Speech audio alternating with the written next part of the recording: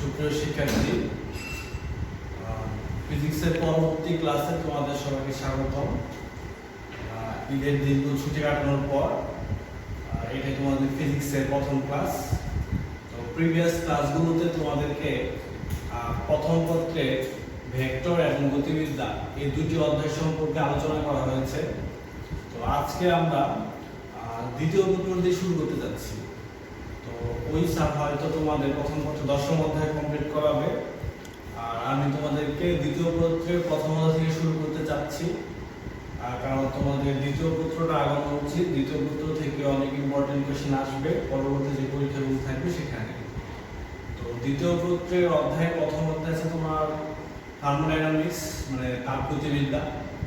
এই অধ্যায়টা খুবই গুরুত্বপূর্ণ তোমাদের জন্য, এবং এই অধ্যায়ে তোমাদের মেইন আলোচনা করা হয়েছে একটা ইঞ্জিন কিভাবে কাজ করে সেটার উপর ডিপেন্ড করে এই অধ্যায়টা সাজানো হয়েছে।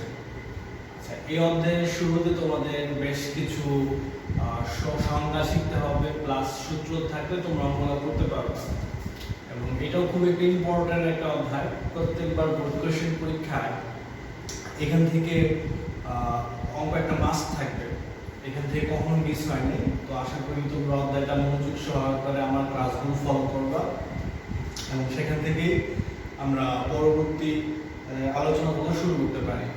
তো শুরুতেই আমরা অধ্যায়টার নাম লিখি এই জায়গায় তাপগতিবিদ্যা, থার্মোডাইনামিক্স, তাপগতিবিদ্যা।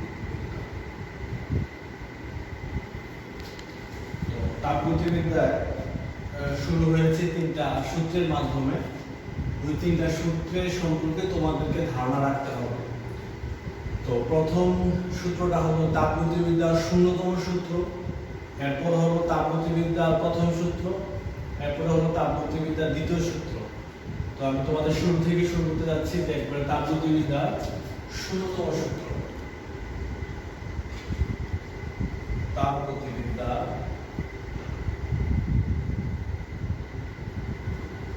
শূন্যতম সূত্র।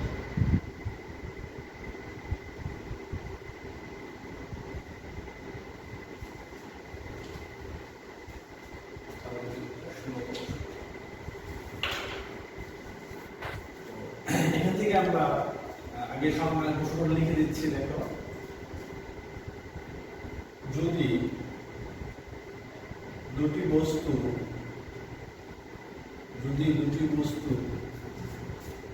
পরস্পরের সাথে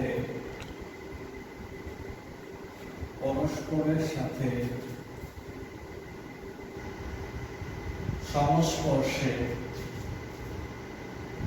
না থেকে, যদি দুটি বস্তু পরস্পরের সাথে সংস্পর্শে না থেকে তৃতীয় কোনো বস্তুর সাথে তাপীয় সাম্যাবস্থায় থাকে, যদি দুটি বস্তু পরস্পরের সাথে সংস্পর্শে না থেকে তৃতীয় কোনো বস্তুর সাথে তাপীয় সাম্যাবস্থায় থাকে, তবে প্রথম ক্ষেত্রে তবে ওই বস্তু দুটিও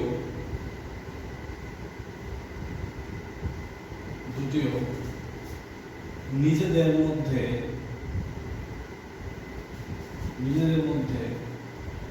তাপীয় সাম্যাবস্থায় থাকবে।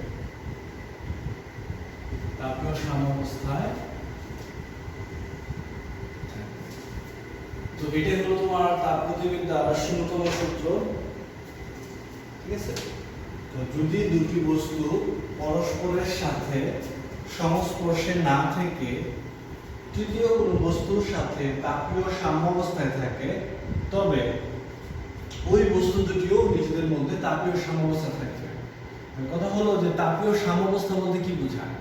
তাপীয় সাম্যাবস্থা বলতে বোঝায় তাপের আদান প্রদান হয়ে দুইটার মধ্যে একটা সমন্বয় সাধন করা।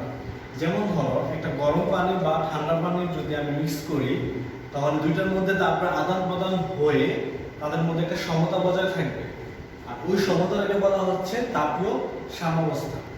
আচ্ছা, তাহলে এটাকে আমি একটা গ্রাফিকের চিত্র করতে পারি। বা চিত্রমান চিন্তা করে ধরো এটা হলো এই জায়গায় তোমার এ একটা বস্তু, এটা হলো বি বস্তু। এ বস্তু এবং বি বস্তুর মধ্যে কোনো সংস্পর্শ নাই, কোনো কানেকশন নেই। আচ্ছা, কিন্তু এই এ বস্তু এবং বি বস্তু দুইটা বস্তুই তোমার সি আর একটা বস্তু আছে, এই সি বস্তুর সাথে তাপ আদান করতে পারে। অর্থাৎ এ বস্তু আর সি বস্তু পরস্পরের সাথে তাপীয় সমাবস্থা থাকতে পারে, আবার বি বস্তু ও সি বস্তু পরস্পরের সাথে তাপীয় সমাবস্থা থাকতে পারে। তাহলে অটোমেটিক্যালি এ বস্তু আর বি বস্তু কিন্তু দুইটাই সি বস্তুর সাথে সংস্পর্শে রয়েছে, এবং দুইটা বস্তুর সংস্পর্শে থাকার পরেও এখন এ বস্তু আর বি বস্তুর সংস্পর্শে নেই, তারপর তাদের মধ্যে কি থাকবে? তাপীয় সাম্যাবস্থা বজায় থাকবে। এই হলো তোমার তাপগতিবিদ্যার ০তম সূত্র। এই সূত্রটা তোমার খুব ইম্পর্টেন্ট পরীক্ষায়, এটা খ নাম্বার জন্য খুব অনেকবার এসেছিল পরীক্ষায়। এটা মনে রাখবা যে এই সূত্রের উপর ভিত্তি করে এই সূত্রের উপর বা এই সূত্রটি হলো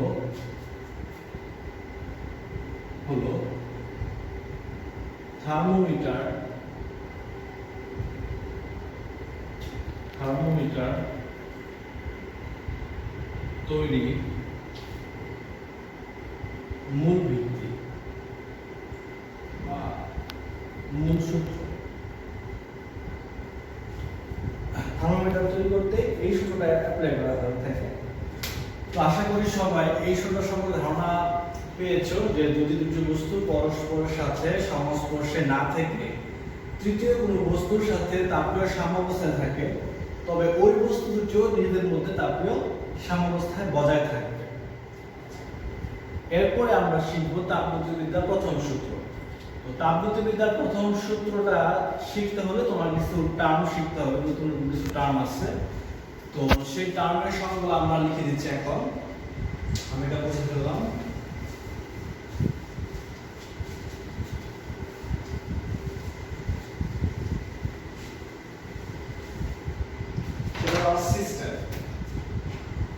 সিস্টেমটা কি?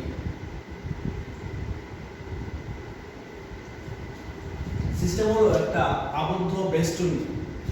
একটা আবদ্ধ বেষ্টনীর মধ্যে তুমি কোন একটা কার্যনির্বাহী বস্তু থাকবে, সেই কার্যনির্বাহী বস্তুর মধ্যে তুমি তাপ, চাপ, আয়তন ইত্যাদি পরিবর্তন করতে পারবে। যেমন ধরো আমি একটা সিস্টেম বলতে সিলিন্ডার কল্পনা করতে পারি। সিলিন্ডার এটা বদ্ধ হতে পারে বা উন্মুক্ত হতে পারে। এই সিলিন্ডারে কার্যনির্বাহী বস্তু থাকবে, সেই কার্যনির্বাহী বস্তু হচ্ছে তেল অথবা গ্যাস। সহজ ভাষায় যদি বলি, সিস্টেমকে আমরা বর্তমানে তুমি গাড়ির ইঞ্জিনের সাথে কল্পনা করতে পারো। গাড়ির ইঞ্জিনের ক্ষেত্রে যে কাজ হবে, সিস্টেমের ক্ষেত্রেও একই কাজ চিন্তা করতে পারো। ঠিক আছে? আর সিস্টেম বলতে এমন একটা ব্যবস্থা বোঝায়, একটা আবদ্ধ বেষ্টনী বোঝায় বা পরিবেশ বোঝায়, যেখানে তুমি একটা কার্যনির্বাহী বস্তু থাকবে, তার চাপ বলতে এখানে আমরা পি, আয়তন ভি এবং তাপমাত্রা টি, এই তাপগতীয় চলরাশি বলা হয়। এগুলো তুমি বলতে পারো এককে তাপগতীয় চলরাশি। তাপগতীয় চলরাশি এমসিকিউ তোমাদের কাজে লাগতে পারে যে কোনগুলো তোমার তাপগতীয় চলরাশি। চাপ বলা হবে পি, আয়তন হবে ভি, আর তাপমাত্রা হবে টি। আচ্ছা, তাহলে সিস্টেমটা আসলে কি? চলো লিখে নিই সংজ্ঞাটা আমরা। সেটা হলো যে আবদ্ধ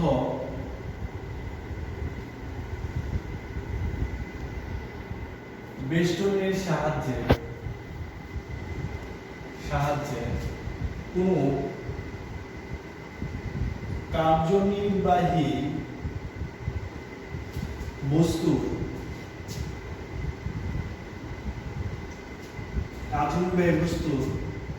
তাপগতীয় চলরাশি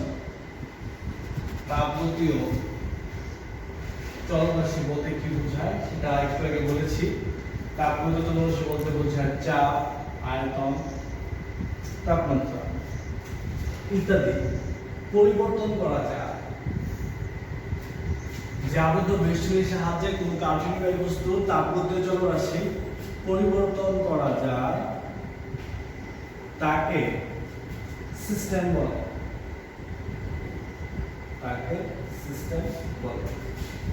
তাহলে যে আবদ্ধ বেষ্টনীর সাহায্যে কোনো কার্যনির্বাহী বস্তুর তাপগত চলরাশি পরিবর্তন করা যায় তাকে সিস্টেম বলে।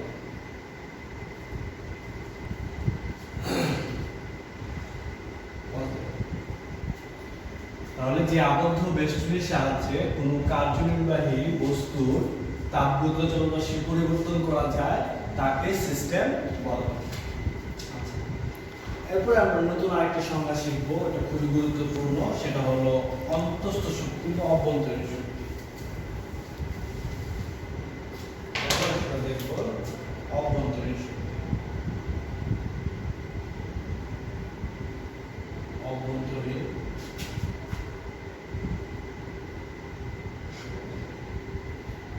অভ্যন্তরীণ শক্তি বলতে বোঝায় প্রত্যেকটা বস্তুর মধ্যে কিছু না কিছু শক্তি সুপ্ত অবস্থায় থাকে, যা পরিবেশ পরিস্থিতিতে জাগ্রত হতে পারে।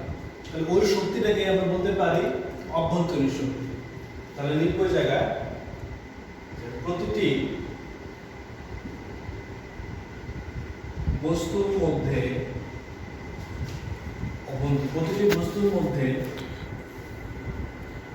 কিছু পরিমাণ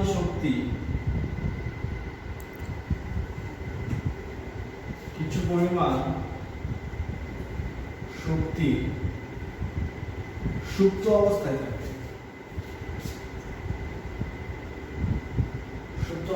থাকে। যা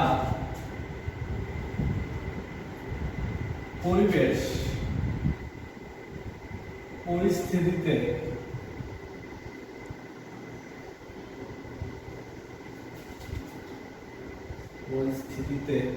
জাগ্রত হতে পারে।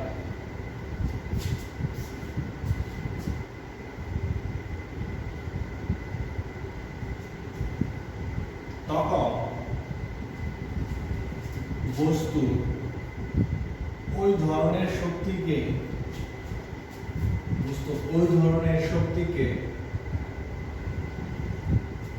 অভ্যন্তরীণ শক্তি বলে।